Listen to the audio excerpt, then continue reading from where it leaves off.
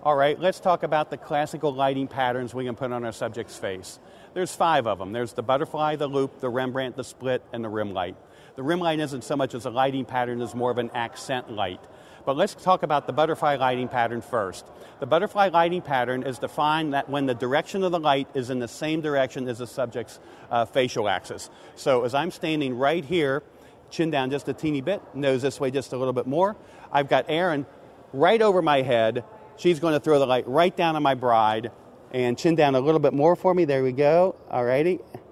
And now when I look at the image, I see just a little butterfly shadow right under her nose, and that's why we call it butterfly lighting.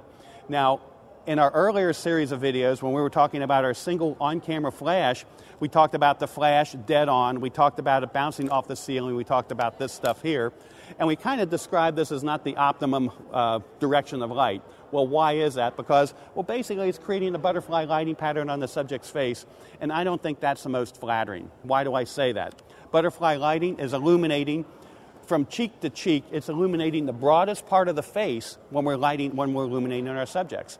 Well, what we're doing is we're actually adding a little bit of weight to our subject's face. And I don't think anybody wants to have pounds added. People want to have pounds subtracted. So I don't like the butterfly lighting pattern. Now you say, hold on one second, David. There's a lot of people that use butterfly lighting pattern in their photography, like the fashion guys. Well, Scavullo may have used butterfly lighting on his models, but his models were not my typical brides that I photograph on weekend weddings. I mean, we're all different sizes and shapes and everything else. On a wedding day, we're not photographing Scavullo's models. So the butterfly lighting pattern is something that I'm not going to use.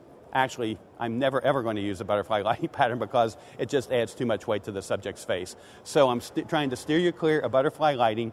As we talked about with our on-camera flash, one of our earlier series of video training tapes, we talked about that's what we wanted to do. We wanted to get the light coming in from another direction to create that loop lighting pattern.